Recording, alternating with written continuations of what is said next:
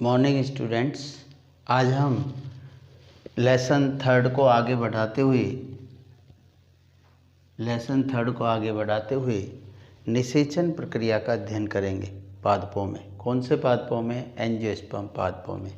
देखो बेटा, निषेचन या फर्टिलाइजेशन क्या होता है, ध्यान दीजिए।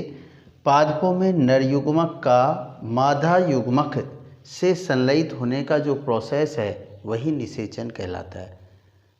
नर युग्मक और क्या बताया बेटा, मादा युग्मक, दोनों का संलयित होना ही निषेचन कहलाता है, फर्टिलाइजेशन कहलाता है। और इसके अतिरिक्त दूसरी डेफिनेशन क्या है? पादपों में युग्मनज निर्माण की प्रक्रिया ही क्या कहलाती है बेटा? निषेचन। सबसे पहले पादपों में निषेचन प्रक्रिया की खोज 1884 के अंदर स्ट्रासबर्गर वैज्ञानिक ने दी थी। कई बुक में स्ट्रासबर्गर भी काम में लिया जाता है बेटा।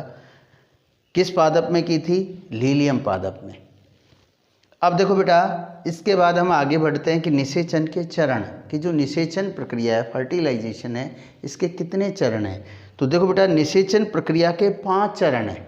कितने चरण हैं बेटा? 5। फर्स्ट, परागकण का अंकुरण और पराग नलिका का निर्माण।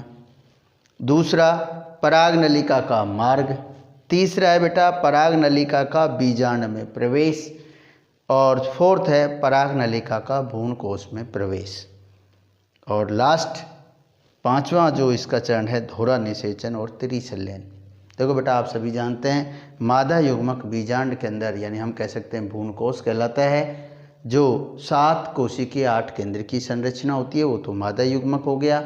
नर युग्मक मैंने बताया था, नर युग्मकोद्भिद जो होता है, परागकण अंकुरित होकर नर युग्मकोद्भिद का निर्माण करता है, जो पराग नलिका और 2 नर युग्मक युक्त होता है।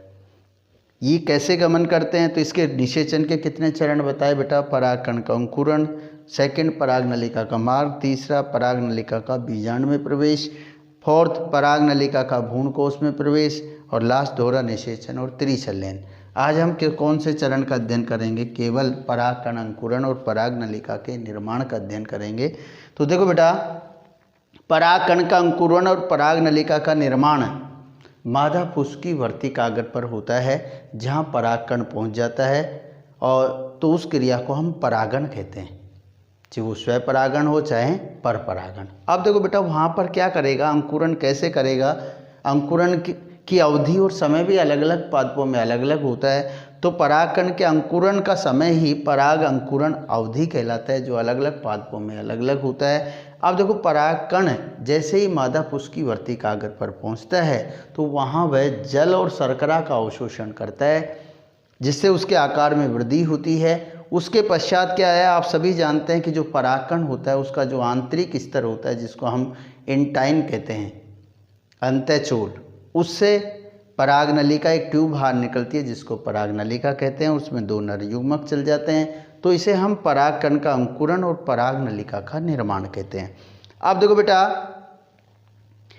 पराग नलिका और 2 नर युग्मक युक्त संरचना का निर्माण होना ही परागकण का अंकुरण कहलाता है, जो हमने पीछे पढ़ा था, ध्यान हो तो।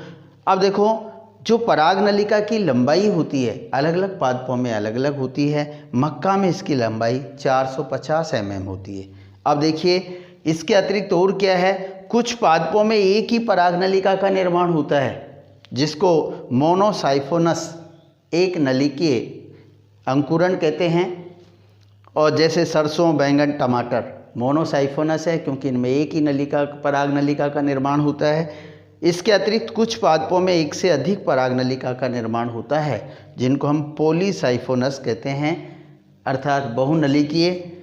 ये किसके अंदर पाया जाता है? कपास, भिंडी और गुड़हल। Thanks, have a nice day.